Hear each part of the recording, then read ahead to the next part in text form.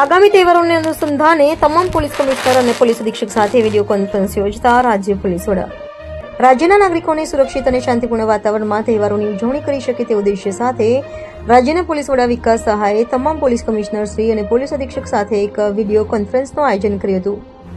આગામી દિવસોમાં આવી રહેલા તહેવારો ચેટીચાંદ અને ઈદને ધ્યાનમાં રાખીને રાજ્યમાં કાયદો અને વ્યવસ્થાની સ્થિતિ જળવાઈ રહે તથા શાંતિ અને સલામતીનું વાતાવરણ કાયમ રહે તે હેતુથી આ કોન્ફરન્સ યોજવામાં આવી હતી.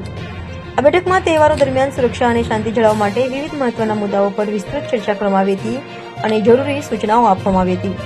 આ વિડીયો કોન્ફરન્સમાં સ્થાનિક સ્તરે શાંતિ સમિતિઓ સાથે બેઠક યોજી સમન્વય અને સહકાર સુનિશ્ચિત કરવા જરૂરી સૂચનાઓ અપાઈ હતી. તે ઉપરાંત મોહલ્લા મીટિંગ, ડીજે, લાઉડ સ્પીકરના પ્રતિબંધિત ઉપયોગ પર નજર, અટકાયતી પગલાઓ, ધાબા ચેકિંગ, વાહન ચેકિંગ તેમજ અલગ અલગ વિસ્તારોમાં વિવિધ સમુદાય સાથે સંવાદ સાધી જરૂરી તકેદારી રાખવા પણ જણાવાયું હતું.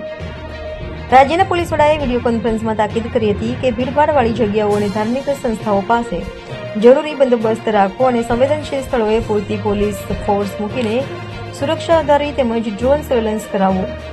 ખોટી માહિતી અને અફવાઓને રોકવા માટે સ્થાનિક લેવલથી સોશિયલ મીડિયા મોનિટરિંગ રાખવા અને આવા કારણોસર કાયદો અને વ્યવસ્થાની સ્થિતિને અસર ન પડે તે માટે સોશિયલ મીડિયા પર ચાંપતી નજર રાખવા પણ સૂચના આપવામાં આવી હતી.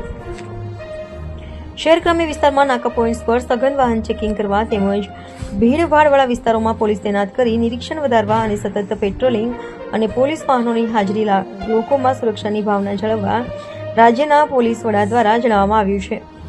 રાજ્યના પોલીસ વડા વિકાસ સહાયે તમામ પોલીસ અધિકારીઓને સુરક્ષા અને સલામતીના ઉપરોક્ત વિવિધ મુદ્દાઓના આધારે યોગ્ય આયોજન કરી સંકલન સાધીને સલામતીના પગલાં લેવા તાકીદ કરી હતી અને તહેવારોના સમયે રાજ્યમાં શાંતિ અને સૌહાર્દ જળવાઈ રહે તે સુનિશ્ચિત કરવા સૂચના આપવામાં આવી હતી.